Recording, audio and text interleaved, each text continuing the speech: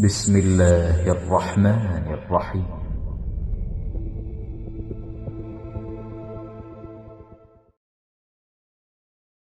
Bismillah, alhamdulillah, wassalatu wassalamu ala rasulillah. Көптен бері Құраннан былай қарап, кішкене уағыз неғмақпыз. Бүгін кішкене Құраннан бір қарап қойық. Аллахтың кітабы. Өзімізге баршамызға пайдалы үшін. Аллах Тағала баршамызға әйтеуір қайырлы ілімдер нәсіп етсін.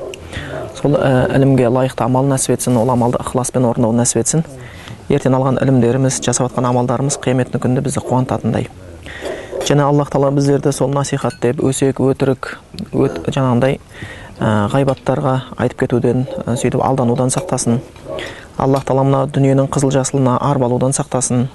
Аллах Тағала тұрсын нәпсінің жетегіне еніп, сол уақытында соған құл болып жалданудан сақтасын. Аллах Тағала бір өзіне ғана құл болуға лайықты етіп, баршамызды жақсылыққа бастасын. Енді мына Құранда бәріміз білетін бір сүре, иншалла соны айта кетейік. Енді оны бір тек қатты талдап отырсаң ұзақ уақыт кетіп қалады да, біз осы бір отырысымызда соны айта салсақ деген ойымыз. Қатты созбастан, өйткені бұл сүрені көпшілік оқиды деп ойлаймын, жиі. Сол есімізге түсіп отыру үшін, соның аяттар мағынасы, бұл енді Наба сүресі аталып кеткен. Көбісі амма ятасаалун деп айтады ғой, бастапқы аятыменен. Сол Наба сүресінің аяттарына бір қарап өтейік. Бисмиллахир-рахманир-рахим. Енді аты Наба, хабар деген сөз. Бір нақты бір хабар жайында аяттың басталуы былай деп келеді екен. Енді жалпы Құран бұл Аллах Тағаланың сөзі. Біз бұған дейін жиі айтқанбыз, әрбір адам Құранға көңіл бұруға тиісті, әсіресе мұсылман. Аллах Тағала Құранда афала ятадаббарунал Құран ам ала қулубин ақфалуха, неге олар Құран аяттары туралы ойланбайды? Неге аяттарға зер салмайды? Жоғалды жүректерінде құлыптар бар ма деп Аллах Тағала кәпір, мүшрик, дінсіздерді айыптаған. Аллахтың кітабын оқымағандар үшін, Аллахтың кітабын түсінгілері келмеген үшін. Егер Аллах Тағала кәпір, мүшриктерді Аллахтың кітабын оқымады, жүректерінде құлпы бар деп айыптаған болатын болса, мен мұсылманмын деп бұл Құранға назар саламай уақыт өткізу, ол өкінішті да негізі. Сонда бұл ең біздің оқып жүрген кітаптарым ішіндегі ең абзалы, ішімінде көңіл бұратыны болу керек екен.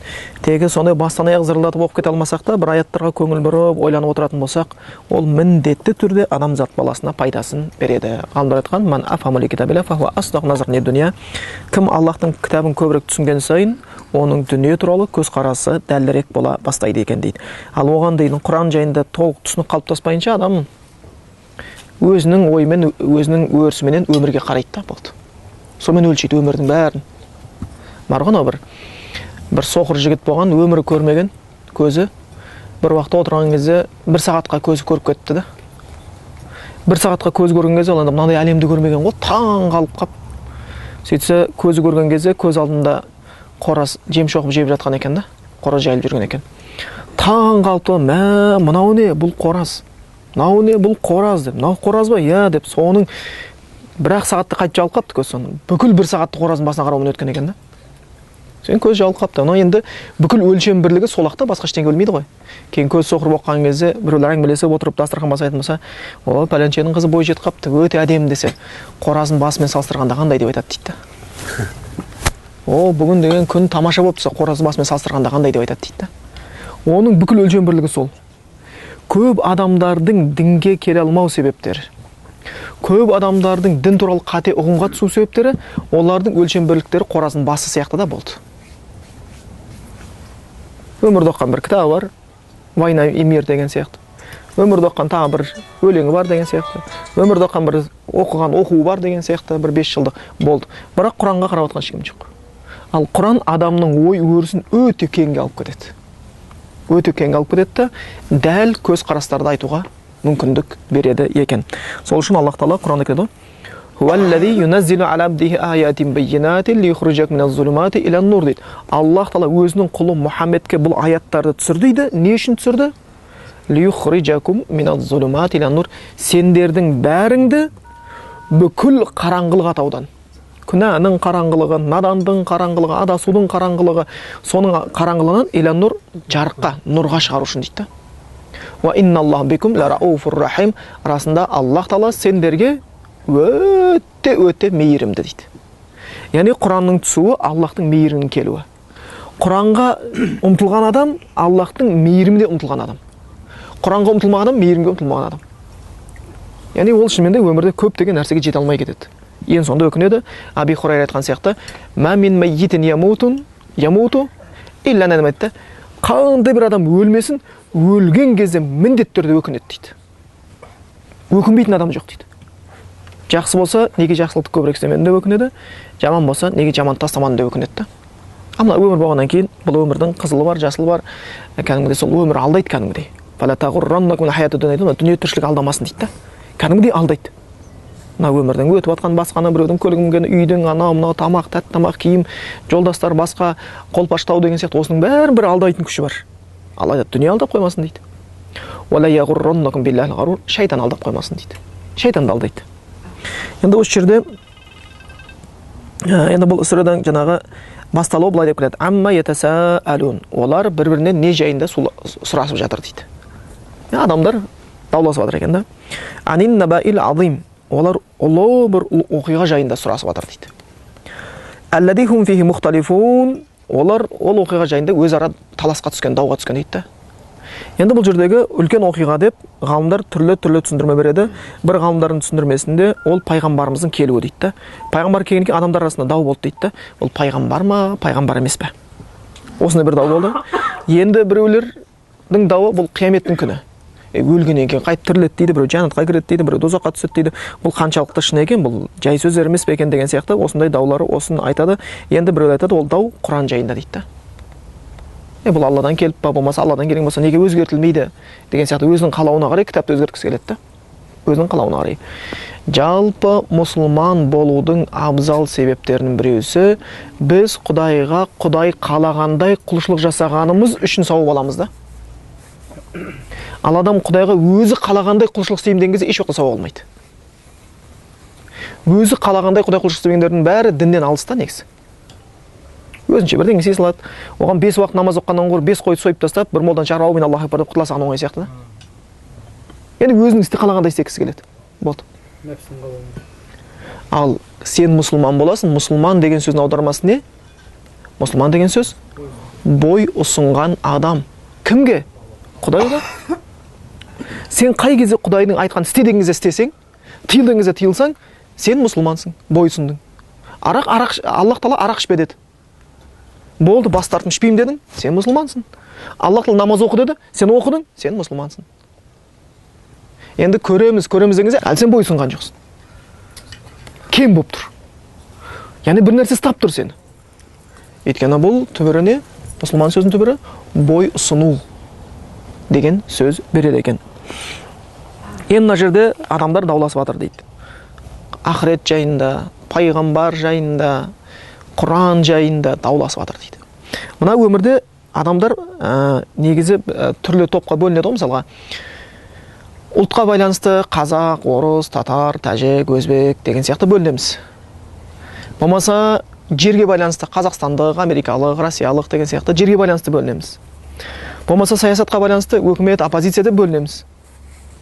Осылай біз бөліне береміз. Болмаса түске байланысты қара нәсілді, европеид, монголоид, негроид деген сияқты бөлінеміз. Ал о дүниеде екі-ақ бөлім болады.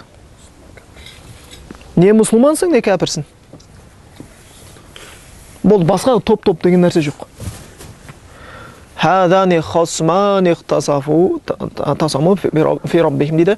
Міне Раббылар жайында дауласқан екі топ дейді.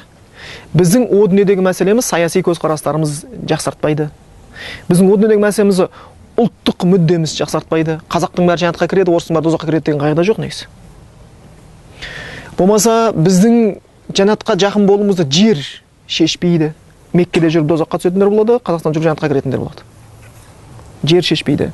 Бірақ сен алдында құрметіңді, тақуалығың шешеді, Құдайдың құрметіңді, құлшылығың шешеді. Құдай Тағала туралы танымың шешеді. Сол үшін қиямет күнінде дейді, адамдар бөлінген кезде Хадани хасмани иқтасаму фи раббихим. Аллах айтады. Аллах хақысында дауласқан екі топ дейді болды. Біреу жоқ деді, біреу бар деді Аллахты. Біреу айтқан істеймін деді, біреу істемеймін деді. Біреу Аллахтың айтқаны бір ақиқат бойсұн деді, біреу енді дұрыс қой бірақтан деп өзінің логикасын сала бастады. Құдайдан кемшілік іздегісі келген сияқты. Сөйтіп даулас дейді да, екіге тоқыланады. Хадайна хасмани фи раббихим фаллазина кафару кутилахум сиябун мин нар деп келеді. Ал енді сол кезде Құдайдың айтқанын істемей қарсы топта болғандар дейді, олардың үстіне киілетін киім оттан болады деген екен. Алла сақтасын. Енді мынада дауласып жатыр адамдар. Алла пайғамбар жіберді. Алла кітап түсірді. Осы да хабарласты, енді елдің бәрі. Сонда қалай, сонда неге? Бұл қалай деп жатыр да. Аллахтың сөзі нақты жеткен кезде шын Құдайға иман келтірген адам әлемнің Раббысы Аллахқа қалай деген сұрақты қоймайды да негізі. Ол айтады, самияна ва атағана, Алла естідім, бойсындым дейді да. Қалай деген сұрақты ойлану негізі іблістен қалған, шайтаннан қалған нәрсе. Өйткені Аллах Тағала періштелер жаңағы бәріне адам жаратып, уайдын қола роббука лил малаикати ули адама фасажада илля иблис. Аллах адам жаратты, бәріне сәжде қыл деп еді, бәрі сәжде қылды, іблис сәжде қылмай қойды. Естімей қалды ма? Жоқ, басқа қылды ма? Ол логикаға сала бастады да. Енді Алла дұрыс қой, бірақтан қараш, мына адам топырақтан жаратылған, мен оттан жаратылған, мен оттың абзал, от деген топырақтан абзал. Сол үшін енді неге мен сәжде қылуым керек? Сөйтіп Аллахтың бұйрығы келген кезде Аллахтың бұйрығын талдау жасап жатыр да. Сол үшін ол іблис болды да. Ражим болды, Аллах мені алыстап кетті. Аллахтың бұйрығы еш уақытта талқыға салынбайды, нақты келген кезде. Енді 5 уақыт намаз оқы деп, пайғамбар заманда сондай болған, қазір кезде енді ниетің дұрыс болса болды, намаз оқу міндет емес. Егер мындай қылатын болса, былай орамал тағу деп айтты, ол кезде осындай, енді ең басты жігіттер өзіне бекем болсын, жаман ойға түспесін, енді бұл не бар, жүрегің таза болса болды деген сияқты. Құдай Тағала бұйырды ма, ол талқыға салынбайды. Аллах жақсырақ біледі бізге не пайдалы, Аллах жақсырақ біледі бізге не зиян екен. Бір үлкен кісі айтқан сияқты, әйелдердің дейді құнсыз болу себептерін дейді түсіндім дейді да. Өйткені олар ашық шашық оңай олжа бола бастапты дейді да. Не нәрсе қолға оңай жете бастаған кезде бірден құны кетеді дейді. Шынымен де өздерінің құнсыз болуын өздері алып келіп соқты да. Бірақтан оны өмір бойы жабылып қалған жоқ қой, мысалға. Шынымен де бұл жерде мысалы Аллахтың дінінде дауласу басталды дейді, екіге түсіп. Алла айтады, кәллә сая'ламун, жоқ дейді, олар біледі дейді. Дау шешімсіз қалып кетпейді ол дау. Өледі, қиямет күні басталады. Өлгеннен кейін уже болды адам. Болды, жауабын білем деп айтады өзі. Сұрамайды, неге деген сұрақ жоқ өлгеннен кейін. Өлгеннен кейінгі адамның айтатын сөзі Раббиржиун лаалли а'малу сол, Алла қайтар, айтқаныңды істеймін дейді да. Ойланамын деп те айтпайды. Қайтар, айтқаныңды істеймін деп айтады. Аллахтан хабар келеді, кәллә иннаха калиматун хуа қайлуха. Бұл енді жай бір сөз, сен айтып жатқан. Ешбір құны жоқ. Жылайсың ба, еңірейсің ба, зарлайсың ба, бұл сөздердің енді ешбір құны жоқ. Олар барзақ әлеміне жатады, қиямет күні болғанша, қайтып адамдар тірілгенше деп келеді екен. Енді осыны дауласты қазір адамдар. Біреулер өзінше таптық тақпаты деп жүр ғой. Бірақ қияметтің оң кезде жауабы оп-оңай шешім болып белгілі болып қалады да. Кеудеден жан шыққан кезде пайғамбар сұрамайды олар. Кеудеден жан шыққан кезде Құран сұрамайды олар. Кеудеден жан шыққан кезде Құдайды көрем деп айтпайды. Кеуделерінен жан шығып кеткен кезде өлген адам тіріліп кетіп па деген сұрақ болмайды. Алла қайтаршы, айтқаныңды істеймін деп айтады да болды. Уже әңгіме жоқ. Түсінді. Жан өзінің қолында емес екен. Сол үшін айтады ғой, егер сен бір кісі келіп күнәсі көп адам екен, бір мұсылман ғалымына, енді біріне де Ибраһим атқама келіпті деп айтады. Айтады да, мен дейді енді Құдайдың барын білем, бірақ енді мен намазын оқып кетуге әлі шамам келмейді. Бір күнәларым бар, тастай алмаймын, тастайым десем тастай алмаймын дейді да. Осылай. Сол маған бір енді бар шығар бір нелер. Бірақ ниетім дұрыс дейді да. Сенем, бір күні өлем, барам, бір бар ма дейді да, вақыттар енді. Күнәні істей беруме, құлшылық жасамай қойма дейді. Сосын ана кісі айтады, жақсы дейді. Егер сенің қолыңнан мынандай нәрсе келетін болса, сен күнә істей берсең болады дейді. Қандай нәрсе дейді? Сен дейді, күнә жасау үшін дейді, Аллахтың берген рызқысын жеме дейді да. Тамағын жеме, суын ішпе дейді. Қалай енді жемейші? Өліп қалам ғой дейді да. Онда қалай сен сол тамақ жеп алып еще Құдайға күнә жасайсың дейді да. Ұят болады ма дейді. Мен бұны істей алмаймын дейді. Ондай болса, екінші дейді да, ондай болатын болса, сен дейді күнә жасағың келетін болса, Аллах та жер бетіне осы шариғаттың бәрін жіберді, Құдайдың осы әлемде періштесінен адамда да бұйрығы жүріп тұр. Сол үшін Құдайдың бұйрығы жүрмейтін бір әлемге шығып кетті дейді да, ұшып кетті дейді. Бір әлем тауып ал, Құдайдың бұйрығы жоқ. Құдай жаратпаған өзінше бөлек әлем тауып. Ондай әлем бар ма дейді да? Жоқ дейді. Онда қалай шығам дейді да. Онда Құдайдың әлемінде жүрсең, Құдайдың айтқанын істе дейді. Сонда тұрады. Енді сен дейді, жарайды, оны істей алмасаң, онда мына үшінші нәрсе дейді да. Ертең ажал келіп, кеудеңнен жаныңды өлім періште суырып аламын дегенде бермей қой дейді да. Мен осы күнә істедім, мен ары қарай кішкене жүр адам, тәубе қылуға уақыт бер деп айт дейді да. Ал менің қолымда онда елік бар ма дейді да. Білмеймін, сенің қолыңда елік бар ма? Бірақ Аллахтан бұйрық келсе, бір сәтте кешікпейді, қас қалым сәтке жанды алып кетеді дейді да. Оны істей алмаймын ғой. Ондай болатын болса, сен күнә істей алмайсың. Онда дейді, ондай болса сен күнә жасай бер, бірақ күнәнің жазасы ол дозақ деп айтылған дейді да. Ертең періштелер сені аяғынан ұстап алып, бетіңмен жер жыртып дозаққа кетіп бара жатқан кезде бармай қой дейді да. Күшім жете ме? Жетпейді дейді. Онда не істеймін дейді. Білмей жатырмын, саған күнә жасамауға жол тауып тұрған жоқпын дейді да. Күнә жасауға. Құлшылық істемей жүре беруге. Шынымен де бұл жерде кәдімгі адам ойлайды, Алла саласы кәллә сән біледі олар дейді да. Өлген кезде біледі, қияметтің күні басталғанда біледі, сұмма кәллә сән қайтадан әбден ол білетін болады дейді да. Міндетті түрде. Кейін Аллах Тағала еске салып жатыр да. Негізі Аллах Тағала әрбір ақыл бар адам бұны Аллах еске салмай өзі түсіну керек еді да. Қараңыздар. Үйде ерлі зайыпты кісі, екеуі ұрысып қалды дейік. Әйелі бір уақытта күйеуіне айқайлай бастады. Сенен дым жақсылық көрген жоқпын, сен мені ит қылдың, сен мен өзімше болған битетін едім, сен мен әке-шешемнен алып кетіп қалып, мені бақытсыз еттің, мені осындай қылдың, сорлаттың, сен мені үйттің, бүйттің деп әйел айта бастады. Күйеуі қойсайшы деді. Анау әйел айта бастады, қойсайшы деді, қоймады. Сосын күйеуі, енді неужели осы жоқта жақсылық істеген жоқсың дейді. Сосын күйеуі, онда жарайды, отыршы дейді да, айтады да. Қараш дейді да. Аллах Тағала екеумізге бала нәсіп етті. Сен ауырған кезде не қаным? Осы азынан кешкен жүгір жүрген айтыр, саған бір сусын болсын, тамақ болсын деді. Сен тұрып жатқан үйге квартираға ақша төлеп отқаным. Мен бұлай қылғаным, сен қорғаным, сен пана қылғаным, өйткен жақсылығын есіне сала бастайды да. Бұлай есіне түсіріп жатыр да. Не үшін? Ана әйел надан ұмытып қалды да. Ақылды адам өзі-ақ шүкір ету керек етін де әр нәрсеге. Дауласқан адамдарға Аллах Тағала есіне салып отыр, мұсылманға ол да пайдасын береді. Аллах айтады: "Алам наджалил арда михада", біз жерді адамдарға төсеніш қылып жаратып берген жоқпыз ба дейді да, дайын нәрсе. Михат деп арабтар бесікті айтады. Бесік деген мысалға бала нәрсе болса, ыңғайлы ғой. Шүмегі бар, несі бар, жабатыны бар, шыбыннан қорғайтыны бар, бәрі деген сияқты, бір ыңғайлы, желден қорғайды деген сияқты. Мына жер адамға өте ыңғайлы жаратылған да.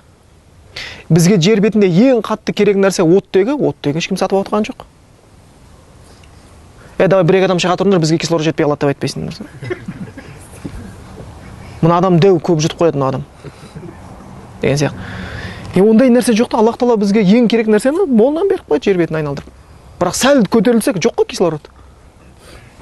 Ойбай озон тесілетін болды, озон тес кислород кетіп қалатын болды деп зәресі шықты.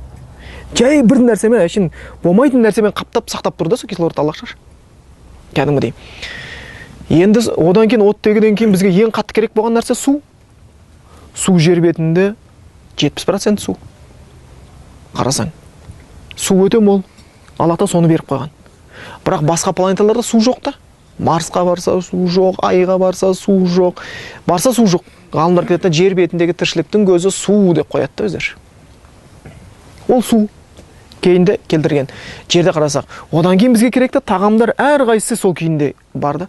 Еті болса, ет күйінде бәрі өлшеніп бізге берілген. Аллах жерді бізге арнағанда. Егер бір адам қазір айға апарып тастаса, не болады ол адам? Не кислород жоқ, не тамақ жоқ, не үй соғамайды, не егін еге алмайды. Бір беті 60 градус ыстық, бір беті 60 градус суық. Қырылып қалады. Ал жер дайындалғанда, кім дайындады оны саған? Аллах Тағала есіне салып отыр, сендерге Аллах жерді сондай қылып жайлық берген жоқ па? Уал жибал аутада, тауларды қазықтай қағып берген жоқ па? Құр қоя салды демейді. Уатит деген араб тілінде қазықты айтады. Ал қазықты бәріміз білеміз. Қазақтың баласымыз ғой, мал байлаған бәріміз қазықты жерге ұрған кезде, оның көп бөлігі жердің астына кетеді, аз бөлігі жердің бетінде тұрады. Сол үшін ол қазықтай тұрады да, қозғалмай. Құранда солай айтылған. Бұрын кішкене тауды туралы ештеңе білген жоқ. Енді еліміздің бәріміз жер бетіне үйіліп қалған тас сияқты ойлаймыз ғой. Ал кейін қараса, таудың астындағы бөлігі, таудың үстіндегі бөлігінен ұзын екен да. Қазық сияқты қағып қойған.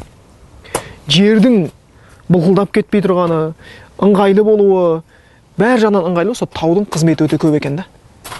Тіпті жердің айналуының өзіне әсері бар екен. Дәлдікпенен. Дәлдікпен алды өз жер екен, сол жерді батқанда тауды қазықтай қағып берді дейді, айта салды. Ол кезде 7-ші ғасырда түскен Құран ешкім білген жоқ, қазық десе қазық деп қоя салды. Қазір зерттесе, жердің асты кәдімгідей қастай қағылған таулар екен. Ва халақнакум азважа, сендерді жұп қылып жараттық дейді да. Бұның өзі үлкен нығмет та. Сен еркексің, Алла Тағала әйел жаратып берді.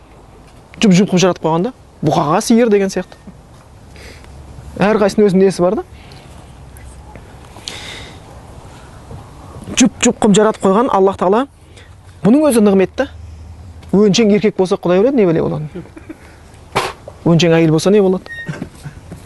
Сол үшін бұның өзі бір Аллахтың құдіретін көрсетті, дәл деген. Кездейсоқ нәрсе емес. Материалист айтатын сияқты. Өздігінен пайда болды деген сияқты. Ваджална наумакум субата, Аллах Тағала сендердің ұйқыларыңды тынығу үшін берді дейді. Кәдімгі шаршап неғаны екен, бір дем алғаннан кейін кәдімгі ұйқың тынық қалады адам баласы. Ұйқының өзі нығмет та. Ұйқының өзі нығмет. Сол үшін бейбіт күнде өмір сүріп жатқанымызға Аллахқа сансыз мақтаулар болсын. Сансыз мақтаулар болсын. Әйтпесе қазір бір жерден жаңағындай бомба түсіп жатқан болса, кімнің ұйқысы рахат көреді дейсің. Кімнің ұйқысы тыныш болып қалады дейсің. Яки болмаса енді шаршап көп ұйықтайын жатқан кезде кішкентай қызың ауырып 38 градус, 39 градус температура болған болса, сен ұйықтай аласың ба? Қандай ұйықтай аласың? Үйге шаршап келсең, аяғың байбалам салса, сен ұйықтай аласың ба? Ұйықтай алмайсың. Сол үшін пайғамбар Мұхаммад әрбір төсекке жататын кезде Аллахқа мақтау айтатын да. Альхамдулиллахиллади кафана ва авана деген сияқты. Аллахқа мақтаулар болсын, бізге бүгін жететіндей күнімізге тіршілік жасауымызға мүмкіндік берді. Аллахқа мақтау болсын, бізге қонатын жер берді дейді. Факам мимман ла му'яла. Қаншадан бар кез қонатын жер таппай жүр дейді. Оның өзі нығмет та. Келіп, салынған төсегіңді көріп, жастыққа жатып, ол нығмет та негізі. Күніге өзін жата салам деген әңгіме жоқ. Алла қаласа төсекке жете алмай қаласың. Болды. Алла қаласа ұйықтай алмай қаласың. Бастырылу деген нәрсе болады анда санда адамдарда. Ұйықтасаң тұншығып өліп қаласың, тұрайын десең ұйқың қанбайды. Сөйтіп қойса не істейсің Аллах Тағала? Қаншадан бар қазір аурудан ұйықтай алмай отырғандар. Доктор келіп обезболивание салмаса ұйықтай алмайды. Ыңырсып, тынбай қалатын. Сол үшін бұл ұйқының өзі Құдай тарапынан берілген нығмет болып келеді екен. Ал енді күнде біз қанша дем алып жүрміз да. Сол үшін мұсылман адам ұйықтағанда жай ұйықтамайды, тұрғанда жай тұра салмайды. Мұсылман адам не айтады? Ұйықтайын, Аллахума бисмика амуту ахия, Алла сенің есігіңді аузыма алып өлемін және тірілемін. Болмаса ұйықтан тұрса альхамдулиллахи лаззи ахиян бадис аматана. Өлтіргеннен қайтып берген Аллахқа мақтау болсын. Ұйқысының тұрған өзіне шүкірлік етіп жатыр да. Ол кездейсоқ дүние емес екен. Ваджална лейла либаса, Аллах Тағала сендерге түнді жамылғы қылып берді. Түн өзі бір жамылғы, кәдімгі тыныштық алып келеді да. Либас киім деп тұрған. Түн неге киім деп аталды? Өйткені түн орнаған кезде, жапқан кезде жер бетіндегі тау, тал, мал ештеңе көрінбей қалады да. Болды. Күндіз көреміз. Қазір түн болған кезде көрмейміз ештеңе, жарық болмаса. Осы жерден бір хикмет бар. Аллах Тағала әйелдерге киім киіп алсын деді да. Не үшін? Оның бойындағы сұлулық жабылу үшін да. Егер оның киген киімнен бойындағы сұлулық жабылмаса, ол киім киді деп есептелмейді. Жалаңаш деп есептелінеді. Түсіндіңіздер ғой? Ол жалаңаш. Түннің бір аты киім. Сондықтан әйелдерге шариғат бойынша сыртқа шыққан кезде киімі оның сұлулығын жабуға тиісті. Үстіне киім алып, бірақ фигурасын бәрін көрсетіп тырыстырып киіп алды, кеудесін бәрін шығарып. Ондай болмаса ол жалаңаш сияқты. Киім киіп алды, бірақ кеудесін жарты шығып тұр. Кеудесі ашқан қамырдай болып төгілейін деп тұр. Аяқ жылтырап баратыр. Онда ол жалаңаш киінді деп айтпай қою керек та. Ол киінген емес. Хадисте келеді, касиятун ариятун, киінген жалаңаш әйелдер шығады деген ақыр заманда. Болмаса, бер шетінің ар шеті көрініп тұр. Үлбіреп. Ол да киінгенге кірмейді екен. Ол киім оның бейнесі жоқ. Енді түннің өзі осындай бізге жамылық берген. Ва жаална нахар мааша, күндізді тіршіліктерің үшін берді дейді.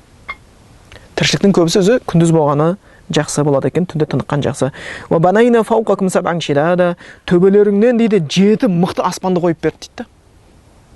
Кәдімгідей мықты түзілген. Сәл бір аспан қисаятын болса, біздің жағдайымыз не болады? Ва жаална сираджа ва хажа, сол аспанда Аллах Тағала күнді қойды, күнді екі сипатпен келтірген. Ол жарық береді, ол жылу береді дейді. Әйтпесе күн деген өте алып қой, 1 миллион бір бәле диаметрді. 1 миллион 400 бірдеңе мың. Жердікі болатын болса 12 мың бірдеңе диаметр. Ойлаңыз, 12 мың мен 1 миллион. ар жағында 450 мың тағы бар. Сондай алып күн, жер кішкентай. Бірақ сол алып күн жердегі біз сияқты адамдар өмір сүрсін деп жарығын беріп жатыр. Сол жарықпен өсімдік шығып жатыр. Сол жарықпен жылу келіп жатыр. Көріп жатырмыз. Яғни күнде жылу бар, күнде жарық бар. Ал енді күнді күйдіріп жіберемін десе, қиын емес ол. Күнге оны күйдіріп жіберу қиын емес. Бұны алдын біз айтып едік қой, бір аспан жердің жаратылысы кеңдігі, аспанның періштелерінің үлкендігі деген сияқты. Сонымен бір анау кітап қарап отырсам, масаның суретін сақ қойыпты. Масалардың енді зерттеген ғой, деғ осыны сурет сүреді. Маса биттеп кетеді екен да. Сен үлкейтіп қойған бір масаларды бит қаптап, масалар өледі екен. Енді қарасаң, кішкентай болса не бит бар дейсің ғой. Енді масаның үстіндегі бит қандай да? Ол биттің үстінде бит жүрмесе. Құдай біледі енді. Енді ол биттің де бір ол биттің үстінде жүрген биттің қаны бар шығар, жүрегі бар шығар да, миы бар шығар. Біз білмейміз ғой, кете береді. Енді шындап қаратын болсақ, біз маса бит дейме деп таң қалуымыз мүмкін да. Ал енді шынымен де Аллахтың жаратылысы кішкентайының жаратылысында кәмілдік бар, ұлы жаратылысында да кәмілдік бар да. Аллах адам баласы таңғалдырар нәрсе. Сол күнді жаратып берді, ол жарық береді, жылу береді. Аллах тағала сендерге бұлттардан мол жаңбыр жауғызды дейді. Бұрадан бұлт деп біз аударамыз, сөз біз аудармаса муасира қысылған нәрсе. Усира ясир. Асар ясир қысу, сығу. Киімді суға салып сықсаң су шығады. Сол сияқты сығылған нәрседен жаңбыр жауғызды дейді. Субханалла, бұл 7-ші ғасырда. Кейін ғой айтылған жаңбырдың қалай жауатыны. Бұлт көреміз, жаңбыр жауды деп қоямыз. Ал кейінгі уақыттарда ол бұлт дегеніміз бу болып шықты. Бу деген жоғары көтеріледі. Ол жақта ауа салқын, қысым бар. Қысым болғаннан кейін оны қатты қысады. Булар бір-біріне қысылғаннан кейін оның майда-майда тамшылар бір-біріне жабысады. Сосын үлкен тамшы пайда болады. Үлкен тамшы пайда болғаннан кейін ол аспанда тұруға салмағы шамасы келмейді, жерге құлдырап түсе бастайды. Яғни ана бұлтты сықты да бір давление. Сосын жаңбыр жауды. Аллах тағала оп-оңай 7-ші ғасырда пайғамбарымыз астронавт емес, пайғамбарымыз археолог емес, басқа емес, жер зерттеген емес, бұлт зерттеген емес, оп-оңай айда салды, сығылған бұлттан жаңбыр жауғызды. Өйткені Аллах өзі жаратты, өзі жақсы біледі. Бұл кітап Аллахтың кітабы екенін білу үшін. Тау қазық деп айтқандай. Сол жаңбыр арқылы Аллах тағала көптеген дәнекті шығарады дейді. Омен көптеген шөптерді шығарады. Көптеген ну бау-бақшаларды шығарады деп кіреді да, кейін Аллах есіне салып жатыр да. Дауласқандарды. Құдай тағала Құран жіберсе, енді пайғамбар жіберсе, енді деп тұрды. Аллах ей, сендер енді дейтіндей не болды сонша? Құдай сендерге жер берді, су берді, күнді сендердің қызметтеріңе қойып қойды. Бүкіл нәрсені ұйқы берді, күндіз берді, түн берді. Соның бәрін берген кезде, енді сен Құдайға әңгіме айтайын деп тұрсың. Тура бір жаман әйел күйеуінің жақсылығын жоққа шығарған сияқты да. Одан да бетер күйінде болады. Сол үшін күйеуінің жақсылығын ұмытқан әйелді жаман әйел дейді да негізі. Ал енді Аллах тағаланың берген нығметін ұмытып мінсен кетсеген адамды еш жоқтан жақсы адам деп айтуға ауыз бара қоймайды екен. Осының бәрін айтқан екен Аллах тағала еске түсіреді. Инна яумал фасли кана миқата. Фасл яумал. Фасл деген өзі ажырату. Қияметтің бір атауы. Неге қияметтің бір атауы ажырату күн деп аталады? Өйткені қазір мына араласып жүріп жатырмыз. Мұсылман ішінде мұнафиқта жүре береді. Ал қияметтің күні Аллах ажыратады болды. Қарасаң, біреулер мұсылмандардан бөлек бір кәпірлердің арасына бір жүктеп қояды. Кәдімгідей. Біз мынау адам оңбаған деп жүрсек, жақсының арасында шығады, жақсы деп жүрсек, оңбаған арасында шығатын бір күндер болады да. Аллах есебі дәл. Әркім мушрикті мушрикке, кәпірді кәпірге, басқаны басқаға, мұсылманды мұсылманға қосып тастайды. Бөлек-бөлек. Ал күнәһарлар бүгін бөлектеніңдер дейді.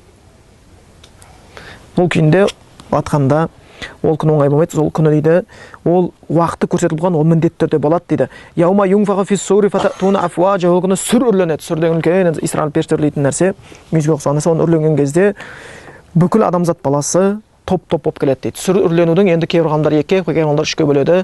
Жаңа нафхатул фаза дейді, бірінші үрленген кезде үрей жайлады дейді. Сондай бір қорқынышты дауыс шығады.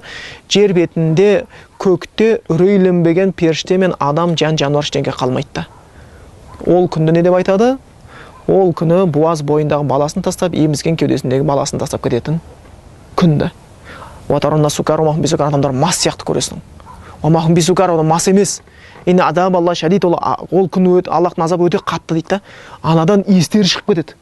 Түсінбей қалады не болған. Екіншісі, нафқату са деп қояды, болмаса нафқатул маут, өлім.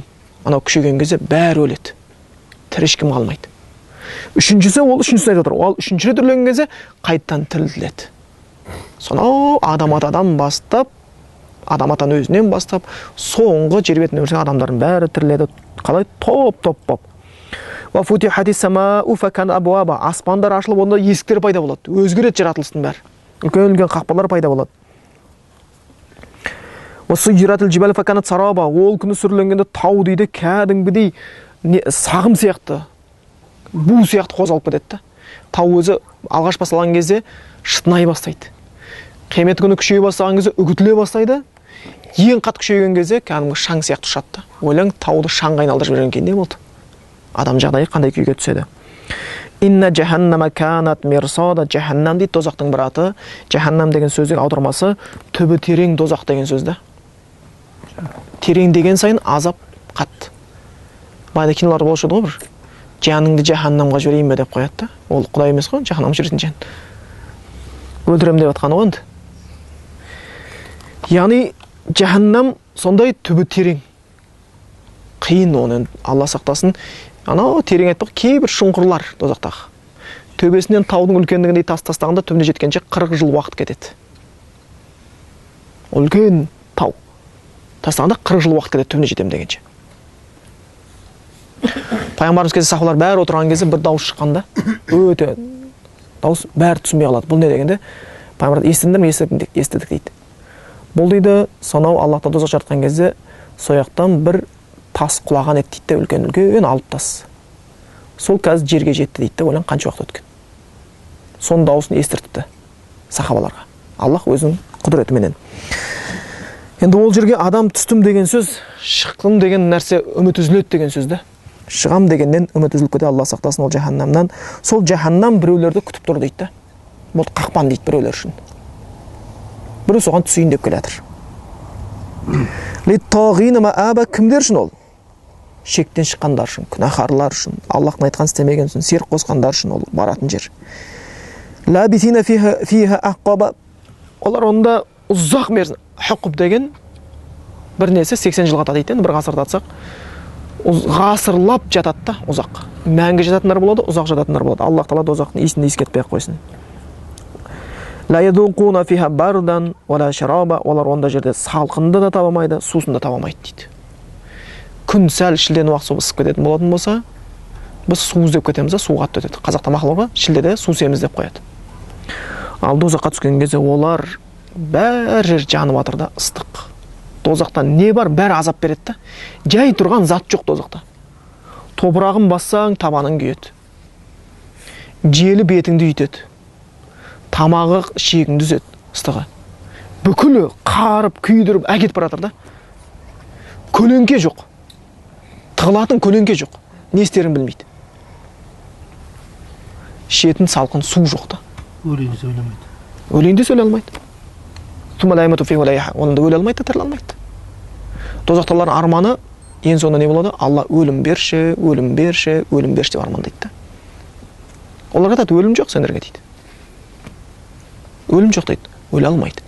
Алла сақтасын.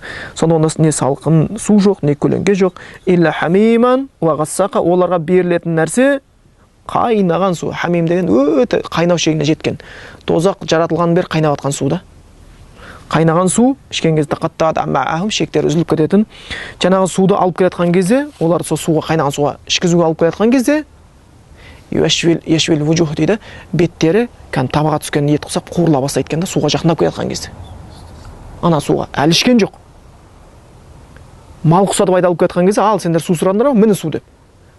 Анаған жақындап отқан кезде суға қарағандардың беті қуырылады екен.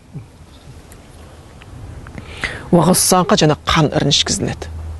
Тозақта жатқандардың денесінен қан ағады, сары су ағады, ірін ағады. Тозақтағының ішінде өте улы жәндіктер бар, улы жыландар бар. Біреуінің шаққанның жері 1000 жыл ауырады.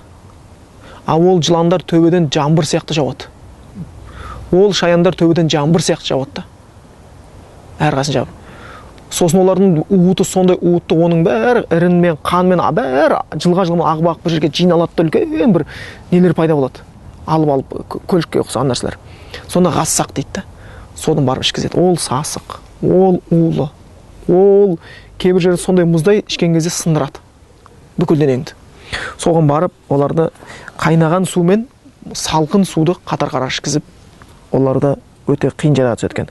Жазаан ва уифақа деп келеді. Өздерінің істеген істеріне қалай лайықты жазалар осы дейді да. Неге дейді? Иннахум кану ла яржуна хисаб, олар есеп күні болады деп ойлаған жоқ дейді. Білген сөзімді сөйлей алам, кім отчет алады дейсің менен? Білген тірлігімді істей алам, кім менен есеп алады дейсің? Намаз оқимын ба, оқымаймын ба, кім алды отчет берем? Имам келіп тексеріп жүр ме маған? Ораза ұстаймын ба, ұстамаймын ба, кім менен отчет алады? Жода менің ораза ұстағанымда азына сәресіне тұрмағанымда біреу келіп жазып кетіп жүр ме? Жоқ, ешқандай есеп жоқ дейді, бірақ есеп басталады. Сол Құдайдың алдында есепті ұмытқандар үшін дейді. Ва кадзаба би аятина киззаба, және олар Аллахтың аятын өтірікке шығарған үшін дейді. Енді жаман әңгіме емес, қызықты әңгімелердің жинағы ғой деген сияқты. Бұл шынымен де ауыр күнә болып табылады екен. Ва күллі шейін ақсайна китаб, Аллах айтады, біз бүкіл нәрсені кітапқа жазып қойғанбыз дейді. Сөйлеп жатқан, сөзің істеп жатқан, ісің бәрі тіркеліп жатыр. Ештеңе қалып кетіп жатқан жоқ. Ештеңе қалып кеткен жоқ.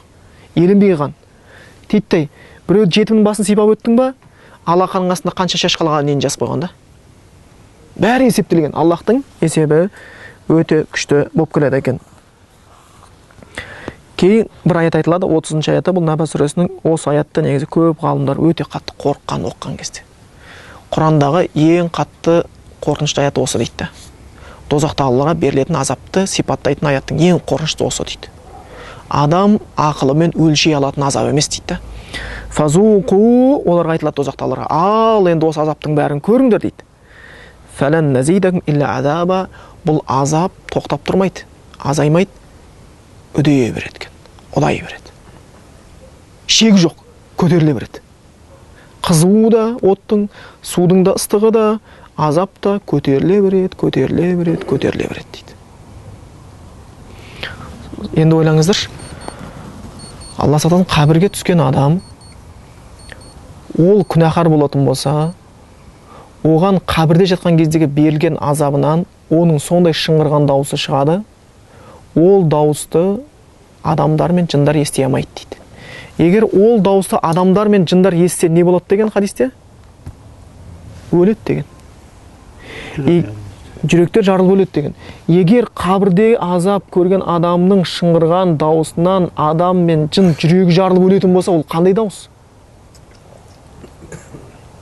Ал дозақтағы дауыс одан жаман болады да. Және ол үдейді, күшейіп отырады. Кәдімгі дозақта келген кезде келеді ғой. Әлләти татталу алал афида. Хумаза сүресіне келеді. Өсекшілерге байланысты келген кезде.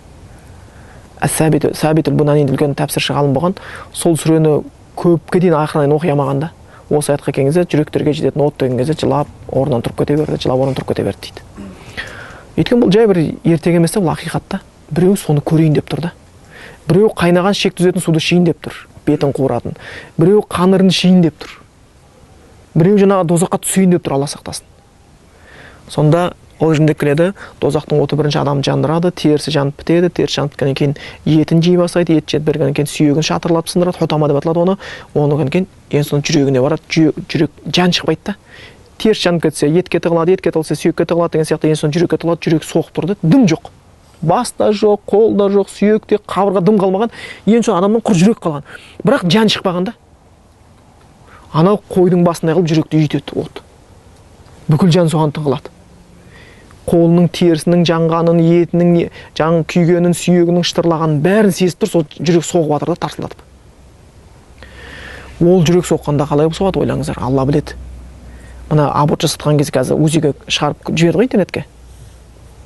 Кішкентай баланы аборт жасатамыз деп жатқызған кезде анасын операцион столға жатқызып, доктор әлі балаға жеткен жоқ.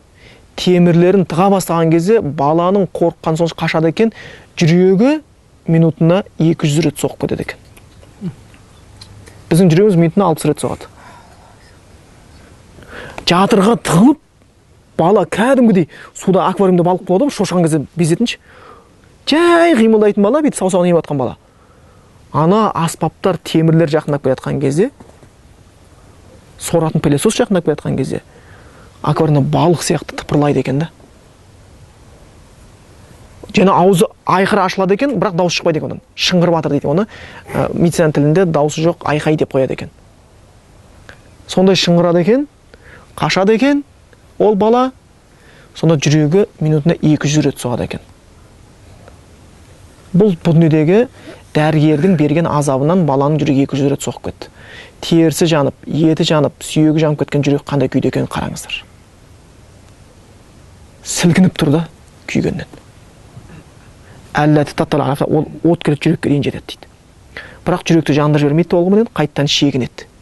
Шегінген Аллах Тағала қайттан сүйегін қайтарады, қайттан етін қайтарады, қайттан терісін қайталады. Қайтадан басылғанда екінші процесс біріншісінен ауыр болады. Осылай ғасырлап күшейе береді, Алла сақтасын.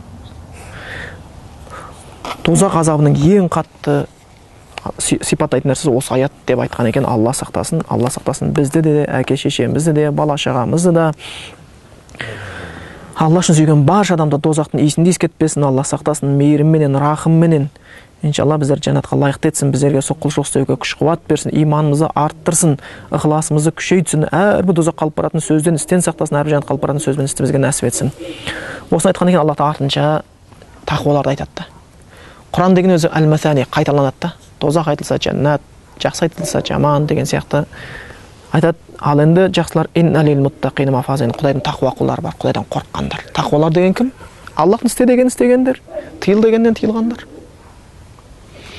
Бір Аллахқа сыйынғандар, намазын түгендегендер, оразасын түгендегендер, зекет садақасын бергендер. Оларға сыйлық берілетін орындар бар дейді. Дүниеде оққан болмашы намаз үшін сыйлық берілетін бір жайға алып келеді. Болмасы оразасы үшін оған сыйлық беретін орынға алып келеді. Хадайқ ва аънаба, олар деген соны жәннаттың бақшаларына кіргізіледі. Енді жәннаттың бақшасы дүниеде ондай бақша жоқ. Жәннаттағы бір талдың үлкендігі, оның көлеңкесінен ең жүйрік ат шабатын болса 100 жыл өтеді, бірақ шауып өтіп кете алмайды. Жәннаттың жемістері бөлек болады. Ва аънаба, онда жүзімдер болады. Жүзімі бұл дүниедегі жүзімнен бөлекше болады. Аты ұқсас болғанмен заты бөлек деп Абдулла ибн Аббас айтады ғой. Жәннаттағы жемістер мен жердегі жемістердің дейді, ұқсастық тек аттарында ғана дейді, заттарында емес дейді. Ол бөлек. Бір жүзім тұрып жесең, орнына қайтан екінші жүзім келеді.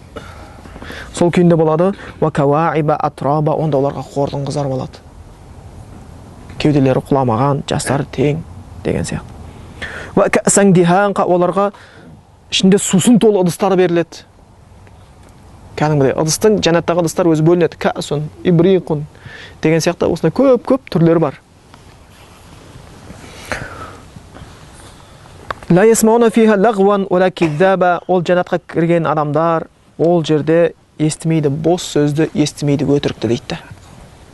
Бос сөзбен өтірік естімейді дейді. Яғни бос сөзбен өтірік жәннатқа алып баратын іс емес деген сөз. Бос сөзбен өтірік тұрған жерде рахат өмір сүру өте қиын да. Рахамукалла. Адамның өмірінде неғұрлым бос сөзбен өтірік көп болған сайын, оның бақытсыздығы да көп болады да. Неғұрлым адамның өмірінде бос сөзбен өтірік аз болған сайын, оның бақыты да ұлғая бастайды. Негізі біздің бүкіл өміріміздегі жақсы, жаман нәрсенің көбісіне сөз әсер етеді. Сол үшін пайғамбарымыз адамдар бақытты болу үшін айтқан өсиеті, Аллаға ақырет күніне сенген адам жақсы сөйлес, болмасын демесін дейді. Қолдан келгенше өсек, ғайбаттан шошу керек та. Пайғамбарымыз әйелі Айша анамыз үйіне бір әйел кісі кіріп келеді, бойы қысқалау болады. Сонда Айша анамыз ештеңе деген жоқ. Саусағымен көрсетті, қортық деген сияқты. Саусағымен көрсетті, кішкентай деп. Пайғамбар сондай фақат иғтабтиха. Сен қазір Айша ғайбат сөйлеп қойдың. Сонда осы үшін Аллахымыз айтқанда, сенің ғайбатыңда теңізге қолса, бүкіл бір теңіздің суын құртуға жетеді дейді. Ал біздікілер бүкіл жер бетін құртып жіберуі мүмкін да, мына ғайбаттар. Оған оңайлықпен қарауға болмайды. Адам туралы сөзге келген кезде өте оң сақтық керек та.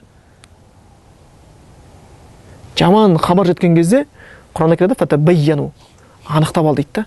Біреу туралы өсек жетті ма, жаман сөз жетті ма, оны біреуге жеткізу емес. оны анықтамай жатып өзінің жүрегіңе өткізуде уже күнә басталып кетеді да. Ал біреуге жеткізсең, екі есе күнә.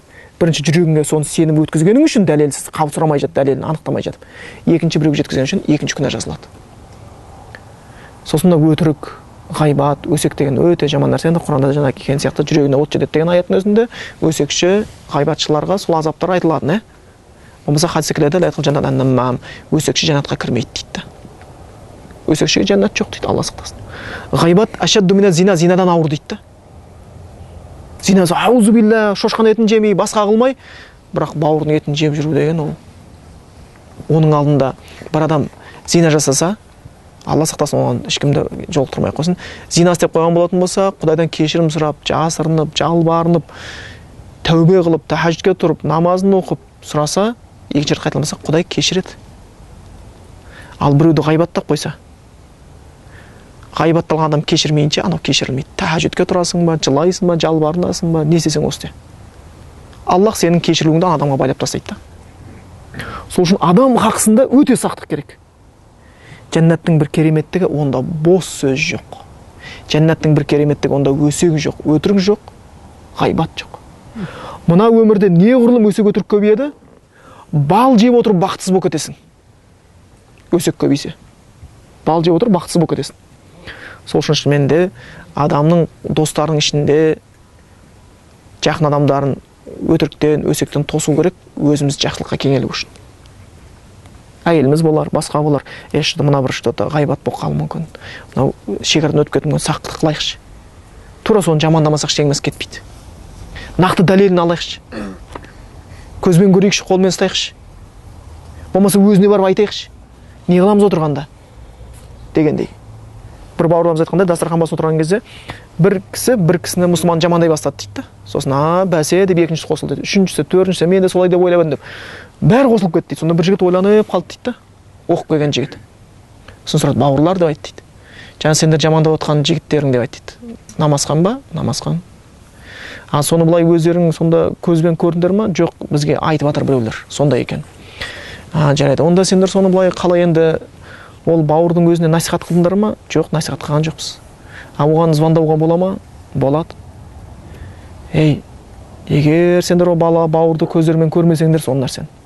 Құлақтармен естімесеңдер, барып насихат қылуға мүмкіндіктерің болып тұрып, насихат қылмаған болсаңдар, онда істеген жақсылықтарың сол болсын, жамандамай қойыңдаршы депті да. Және бір сұрағым бар, сол бауыр сондай нәрсе істеп қойып деп қатты өкініп, бауырым еді, мұсылман еді, бірден еді. Осындай бір қателік істеп жатыр екен. Бірдеңе істеп жатыр екен деп, Аллахқа жалынып, ең болмаса дұға қылып сұрадыңдар ма депті да. Жоқ депті. Онда сендер бауыр емессіңдер бір-бірлеріңе деген екен дейді. Онда сен мұсылмандық сезген жоқсыңдар деп айтады дейді. Сендер дұшпандарыңа істейтін нәрсені істеп жүрсіңдер деп айтқан екен. Сол үшін бұл өмірдің берекетін қашыратын нәрсе өсек өтірік ғайбат болып табылады екен. Жәннатта ол нәрсе жоқ. Жазаан мир раббика атаан хисаба. Бұл Аллах тарапынан берілген сыйлық. Ал енді Аллахтан берілген сыйлық қандай болады енді оны? Ол ақылмен өлшеп бітетін сыйлық емес та. Раббыларынан есептерінің сыйлығы, намазына берілетін сыйлық, оразасына берілетін сыйлық болып табылады екен. Роббис самавати вал ард, ол аспандар мен жердің Раббысы болған Раббы Аллахтан берілетін сыйлық. Ома байнахума рахман, ол аспан мен жердің арасындағы нәрселердің иесі болған мейірімді Аллахтан болатын сыйлық деп келеді. Ла ямликуна минху хитаба, ол қияметтің күнінде ешкім Аллахтың рұқсатынсыз сөйлей алмайды.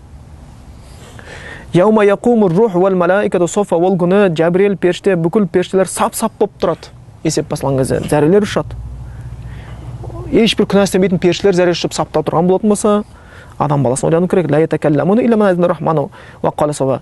Ешкім сөйлемейді, Аллах рұқсат етті, мейірімді Аллах рұқсат еткендерінен басқа сөйлегендер тек қана тура сөз, жақсы сөз сөйлейді дейді. Заликал яумул хаққу, бұл ақиқат күн, шынымен болатын күн, жай күн емес. Осы бір күні орнайды, айналып кетпейді. Міндетті түрде жақсы жаман адам періште бәріміз сол күнге жетеді екенбіз. Фаман шаат тахди ил раббихи мааба, осының Аллах айтады, ал енді қалаған пенде Раббысына қарай жол бағыт алсын дейді. Яғни Құдай сол күнге дайындалсын. Намазын, оразасын, басқасын түгендесін дейді. Аллах Тағала. Инна анзарнакум азабан қариба, Аллах айтады, біз сендерге өте жақын болған азапты ескерттік дейді. Бұл күн алыс сияқты көрінеді, бірақ ол өте жақында. Өлгеннен кейін уже қиямет басталды деген сөз адамға. алыс көрінеді, бірақ бұл күн өте жақын. Яума янзурул мар'у ма қаддамат яда, ол кісі де күн дейді, бір кісі дейді, өзінің қолымен істеген күнәларын көреді дейді, зәресі ұшады дейді. Соны көреді да, ваяқулу айтат кафир, әл-кафир, кәпір адам. Я лайтани кунту тураба, әттең топырақ болып кетсем екен, топырақ болып кетсем, сондағы арманы есеп бермеу, тозаққа түспеуді. Сондағы арман. Бір несі ғалымдарда топырақ болып кетсем деген мағынасы, бұл өмірде адам болғаннан гөрі аймамы болып жаратылғанын жақсы ет деген сөз дейді. Өйткені Аллах Тағала бүкіл сиыр болсын, қой болсын, құс болсын, бір-біріне кеткен хақтарын алып бергеннен кейін бір құстың көзін шықып қойған болса, ананың көзін шыққызып, мүйізі бар қой, мүйізі жоқ түсірген болса, мүйізі жоққа мүйіз беріліп, мүйізі бар қойды сүзгізіп, бәрін хақын алғаннан кейін Аллах Тағала оларды дозақ жәннатқа жайғастырмайды, бәрін топыраққа айналдырып жібереді. Иті, шошқасы, ешегі бәрі кетеді. Жоқ, есеп жоқ. Ал енді адам есеп береді, және не жәннатқа кіреді, не дозаққа түседі. Сонда кәпір адам біледі да жағдайын қиын екен. Сонда кәпір айтады: шіркін, мен адам болып жаратылмағанымда ғой, ит болып, шошқа болып, есек болып жаратылғанымда ғой, мыналар сияқты топыраққа айналатын деп айтады дейді. Сосын адам болып жаратқан үшін сол адам сипатымызды жоғалтпауға әрекет жасауымыз керек екен. Субханакаллаху бихамдика, ашһаду ан ла илаха илля анта, астағфирука ва атубу илейк.